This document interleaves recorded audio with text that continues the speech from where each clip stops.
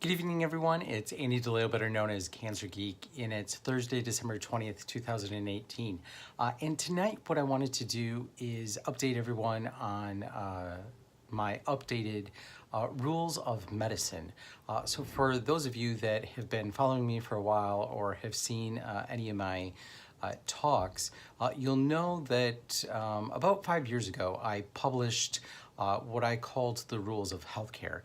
And at that time, really what I was doing is I was trying to come up with what are the big 8 things that all of us need to think about and consider in order to deliver an ideal patient experience to patients.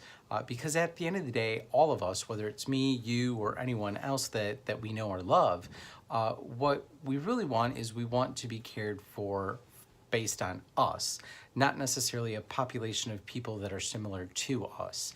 And while, yes, there's precision medicine and there's a lot of great things that are on the horizon, the reality is that delivering care at the end of one can just be as simple as an open and honest, transparent conversation between a physician and a patient to understand and establish the right expectations of care based on that diagnosis or condition or the reason for the visit.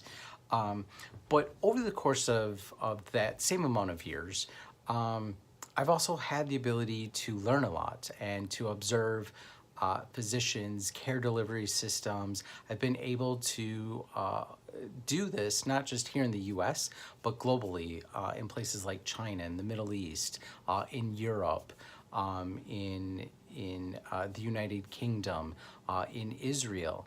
And it's very interesting to sort of have that observation and that global view and have a similar conversation because at the end of the day, that's really what the art of practicing medicine is. It's a physician and a patient in a room having a conversation and establishing trust amongst one another. And so what I've done is I've reissued my rules, but no longer are they the rules of healthcare. It's the rules of medicine. And the reason why that is because I firmly believe that healthcare it's an industrial mindset.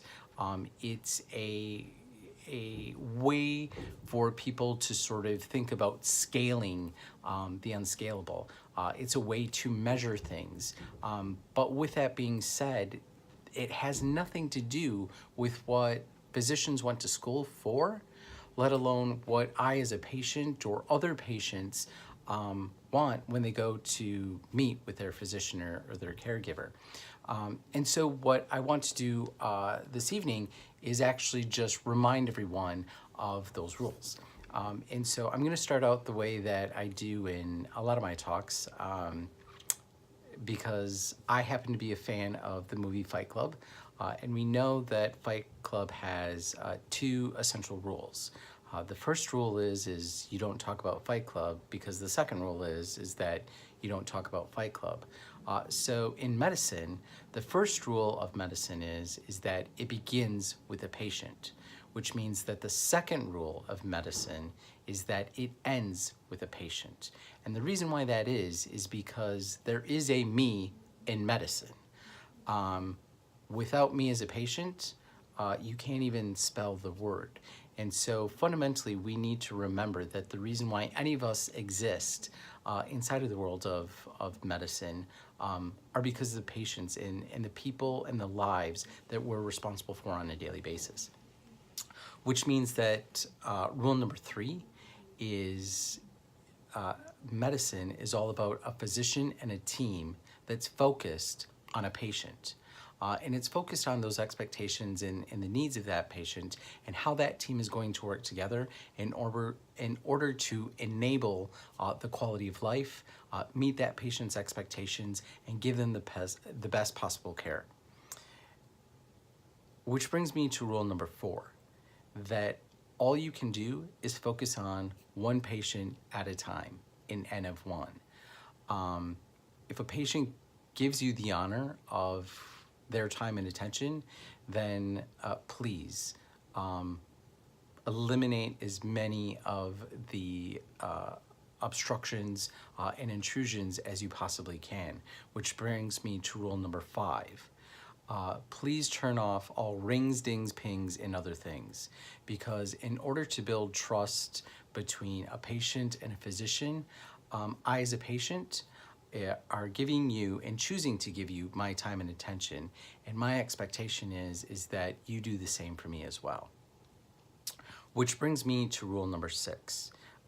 So while I love all physician groups, and I'm particularly fond of oncologists because that's where I spent the majority of my career, I have an ever profound understanding, love, and respect and admiration for radiologists and pathologists, which means I encourage radiologists and pathologists to step out of the dark and into the light, because your words build my world as a patient, and they really determine my journey and my trajectory inside of this thing that we call medicine.